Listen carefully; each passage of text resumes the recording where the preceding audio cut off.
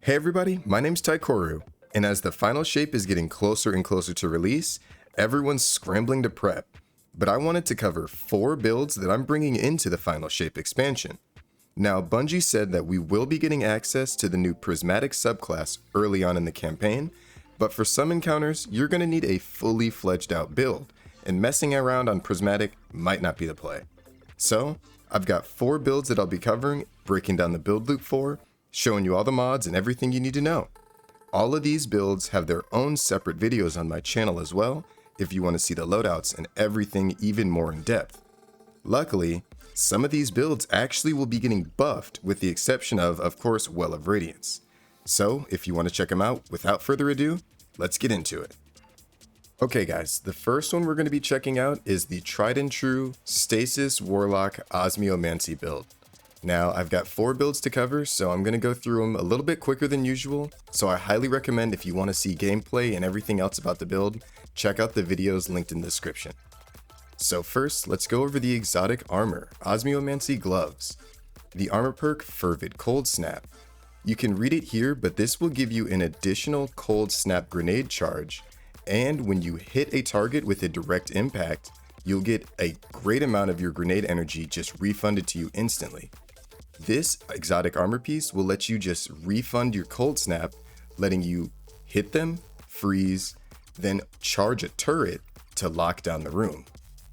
Going into the subclass, we'll be running, of course, Cold Snap Grenade here, as well as Ice Flare Bolts, which will be seeing a sizable buff in the final shape, which is awesome, as well as Bleak Watcher Turret. This is tried and true for Warlocks on Stasis, letting you lock down entire rooms, slowing down the arena, and letting you just pick off targets at your own pace. And luckily for us, this will be included in Prismatic, which we'll definitely be getting a build for. Fragment-wise, we'll be using Whisper of Fissures, Durance, Torment, as well as Rending. Now, Rending is interesting as it lets your primary damage weapons do more damage against the crystals, but if you want to switch this out, for Whisper of, Chains, you can 100% do that. While you stay near a frozen target or a friendly stasis crystal, you take reduced damage from targets, just increasing your survivability a little bit more. If those contents and those encounters get a little tough, we can throw on Whisper of Chains. Now the build loop is very simple. Like I said, when you start the encounter, you'll have 2 Cold Snap grenades. The first one, you'll use it to directly hit a target. This will instantly refund a chunk of your grenade energy and freeze all of the targets around with those buffed Ice Flare Bolts. The second one, you'll use it to overcharge and throw it to the other side of the arena. This will create the Stasis Turret, which will seek out targets, shoot at them, and freeze them one by one, letting you pick them off with your team and slowly move through the content. As Stasis implies, this is a little bit of a slower build, but this will ensure that all of those targets literally cannot move and cannot fire back at you. Very strong for when you're getting overwhelmed with ads.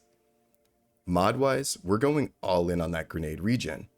We've got a Stasis Siphon as well as a special ammo finder on our headpiece. On our gloves, we're running double grenade kickstart and a fastball. On the chest piece, a charged up, as well as concussive dampener and solar resistance. The resistance mods or reserve mods are up to you, so hey, pick what you want. On our legs, we're going to use 1 stasis weapon surge for our hand cannon, and then 1 solar weapon surge for our special and heavy. This will ensure if we've got an armor charge, we've always got a weapon buffed. Lastly, we'll be using a time dilation to make sure those armor charges last as long as possible, and a double bomber. This is a very free build, guys, and I highly recommend going all in on demolitionist weapons. This Judgment with Demo and Adrenaline Junkie is just perfect for the build. And I'll be combining that with Cartesian Coordinate and Dragon's Breath. Stasis does not have the best single target damage potential, especially on Warlock, but if you pair Dragon's Breath and Cartesian Coordinate, 2 very good single target DPS weapons, and pair this with Shadebinder in your Osmiomancy Warlock build, you've got it all. Ad clear and boss damage. This is the Stasis Osmiomancy Warlock build, guys. Try this one out. Next up is a super strong offensive Solar Warlock build. For all my guys trying to burn through the content and speedrun it with their friends, if you're on Warlock, I think this is the build for you. We'll be taking advantage of Dawn Chorus and the armor perk Rites of Ember. Your Daybreak projectiles deal more damage and scorch targets on impact. Your Scorch is improved and you gain a small amount of melee energy when your Scorch damages a target. This is a very, very strong exotic, one of my favorites actually, and we're combining it with, of course, Daybreak. Daybreak unfortunately did not see any buffs, which I think it should have, but base with Dawn Chorus, it's very strong. Almost underrated for the people that don't know about it. We're combining that with Incinerator Snap, Fusion Grenades, Touch of Flame for our solar aspect, as well as Heat Rises. Now Heat Rises, Touch of Flame, as well as Phoenix Dive for our class ability will allow you to get the triple solar buffs, the trifecta as I like to call it. The build loop is very simple. With these aspects and Phoenix Dive, you can get the triple solar buffs of Restoration, Heat Rises, and Radiant, which can all be refreshed on cooldown. And if you manage it right, it will never go away. And that build loop is very, very easy.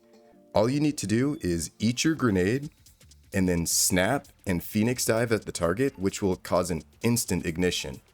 And as soon as that goes off, you'll have Restoration, Radiant, and Heat Rises all ready to be refreshed. Now hold on, let me jump back in, let's not get ahead of ourselves. Fragment wise, you're going to want to use Ember of Char, Ember of Ashes, Ember of Torches, as well as Ember of Empyrean. Very, very strong combination. And with our weapons here, Dragon's Breath, once again, a crowd favorite and a very, very strong option. And Xayuli's Bane. I know a lot of my guys were farming Pantheon for this one, and I hope it paid off. Xayuli's Bane is going to be used here, as well as Mountaintop. The auto-loading recombination Mountaintop is extremely potent for those heavier targets, and Xayuli's Bane letting you charge it up for free is very strong. Dragon's Breath for those bosses, this lets you just burn through content. Once you get it rolling, the solar ignitions are going off over and over again, and once you get Dawnblade going, it's over, guys. Let me swap over, let you check out the mods. We're going all in on solar here. Double Harmonic Siphon, a Grenade Kickstart to refund some of that ability, double Solar Surges going all in again on that damage, as well as a Powerful Attraction and Time Dilation. Powerful Attraction is good for when you Phoenix Dive, you'll grab those orbs near you, setting off the Solar Surge and everything you need to get this build going. This is the Dawn Chorus, Dawnblade Warlock build. Alright everyone, this build is a bit of an interesting inclusion if you've been keeping up with the patch notes from the last couple weeks. We've got the Divinity, Cenotaph Mask, and Well of Radiance Warlock support build. Now this is kind of a hybrid like ammo regeneration and team DPS support build, and it's controversial for many reasons.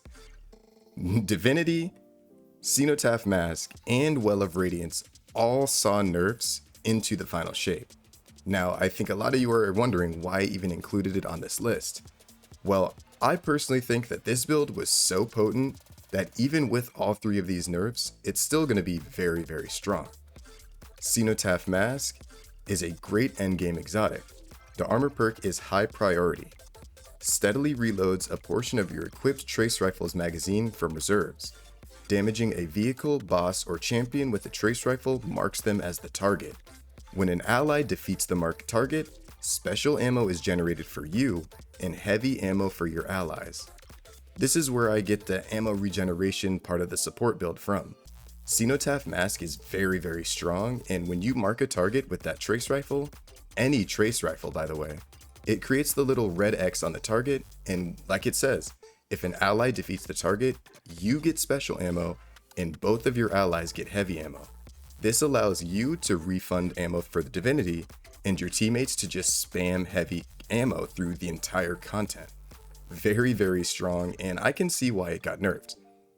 Cenotaph Mask used to work with another Warlock, creating ammo for you and them, as well as your third teammate, just making it rain heavy and special. So it needed to get nerfed. Cenotaph no longer works with two Warlocks. Divinity, unfortunately, requires a few more shots to get the cage to surround the target, lowering a little bit of the ammo efficiency, but I don't think that's going to matter for Divinity that much. Now, going into the subclass, Well of Radiance, the big controversial nerf from the final shape. This is the big one, and I honestly think the Well of Radiance nerf hurts, but it was needed 100%. But that being said, there is no replacement for Well of Radiance, so it's still here to stay. We're going to be using it here, as well as Celestial Fire for a long-range melee, as well as a Healing Grenade for that endgame survivability.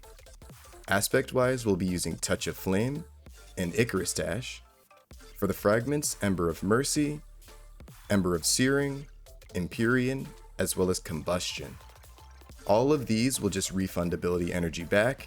Very, very simple, but the focus here is Divinity and your Trace Rifle with Cenotaph Mask.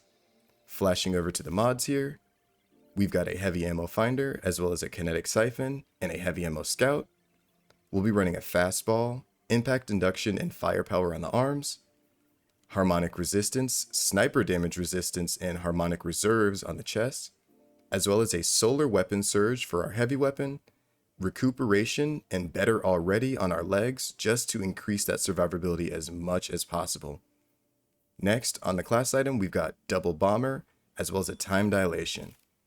This is a very, very strong build, guys. Seeing multiple nerfs, but like I said, being able to just generate ammo for free in content like the Final Shape, the Legend Campaign, even the Day 1 Raid, where ammo is going to be at a premium, this one's here to stay. Now, I do want to say, if you do not want to use Divinity, you can swap it off and do something like swap to Sunshot and pull out Appetence or any other Trace Rifle, maybe the Incisor, the Strand one as well. This is a very, very modular build. Divinity is not the only trace you can use, but when we saw Cenotaph Mask Day 1, Divinity was obviously the first option. This is the one I'm going with, and this is the Divinity Cenotaph Mask Warlock build. Try this one out if you want to. Last but certainly not least, everyone, is the Lumina Boots of the Assembler Noble Rounds Full Support Warlock build. This is one I'm very, very excited for, and I think this might be the go-to, my Day 1 build for the Final Shape. We'll be using Boots of the Assembler and Lumina. Now, if you want to check out this video in full with gameplay included, it's actually the most recent video on my channel, so click back to the last one and check that out. But in short, Boots of the Assembler and its armor perk, Blessing of Order, lets you create Healing Seekers if you're in a Healing Rift, and Damage Seekers if you're in a Damage Rift. This also will increase the airborne effectiveness of Lumina, just showing you that it's got full synergy, everyone. Those Noble Seekers are the same Noble Seekers that Lumina creates when you get kills, letting you just create them for free by standing in a rift. And the rift is extended when a Noble Seeker of any kind hits a target. This basically says you can stand in a rift, keep your entire team alive, and buff them by 35% when you hip fire a Noble round with Lumina, the hand cannon. Very, very strong, and Lumina's buff of 35% is very slept on. One of the highest in the game, just globally. Very strong. Combine that with Boots of the Assembler, and you're good to go. On our subclass, we'll be using Well of Radiance, of course. This also works with Boots of the Assembler. Your well will create damage seekers that hit people outside of the well. Very, very strong, and it's super fun. We'll be using Incinerator Snap, Fusion Grenades, and of course, a Healing Rift. If you want to use an Empowering Rift for that damage buff, you definitely can, but I think for survivability in that Legend campaign, Healing Rift is the best option. We'll be using Touch of Flame, as well as Heat Rises for our aspects. Now, we need to touch on Ember of Benevolence. This is just another way this build synergizes with everything we've got going on. When a Noble Seeker hits a target, Ember of Benevolence will proc, which will refund your grenade, melee, and class ability at will, guys. It's very, very strong. Combine that with Ember of Torches, Mercy, and Searing, you're good to go. You've got almost infinite abilities on cooldown with Ember of Benevolence, a 35% damage buff at will with Lumina, and a rift that literally could never end with Boots of the Assembler. All of that combined, this is a very, very potent team play build. I'll combine that with Avalanche and Cartesian Coordinate for more solar synergy and to hit targets at range. And guys, this is almost a complete build. Damage buffs, survivability, boss DPS, you name it, it's got it. Mod-wise, we've got a double kinetic siphon for Lumina on the helmet, as well as a special ammo finder. We'll be using grenade kickstart, firepower, and bolstering detonation on their gloves. On our chest piece, we've got our harmonic reserves, concussive dampener, and a charged up. On the boots, a kinetic weapon surge, as well as a solar weapon surge. I love doing this because if you have an armor charge, you've got a weapon buffed, especially Lumina. Next, powerful attraction and time dilation. Powerful attraction is huge. It will automatically collect nearby orbs of power when you activate your class ability, something you'll be doing very often with this build. This one, everyone, might be my day one go-to. For the raid, for the legend campaign, I think I'm going with Lumina Boots of the Assembler. Please feel free to try this build and check it out, everyone. Thank you all so much for checking out this video. These are 4 very potent builds that I'll be taking into the final shape, giving you offense, survivability, support, even arena control with that stasis build. These 4 can give you anything you need to either go all in with team play or just burn through that legend campaign with you and your friends. If you want to see any other content on all 4 of these Destiny builds, checked out in the description and I've got them there below. And as well, thank you all from the bottom of my heart for 600 subscribers. We just surpassed it this week, and the growth from the last couple weeks has been awesome. I really appreciate it. If this video is deserving, hey, feel free to subscribe down below and join that community. Comment down below what else you'd like to see, any other weapon or exotic review guides, and tell me what you're most excited for down below for the final shape. I'll be covering that extensively, so click that bell icon if you want to see those videos when they go live. Thank you all again so much for the support, and as always, I'll see you around. Have a great rest of your day.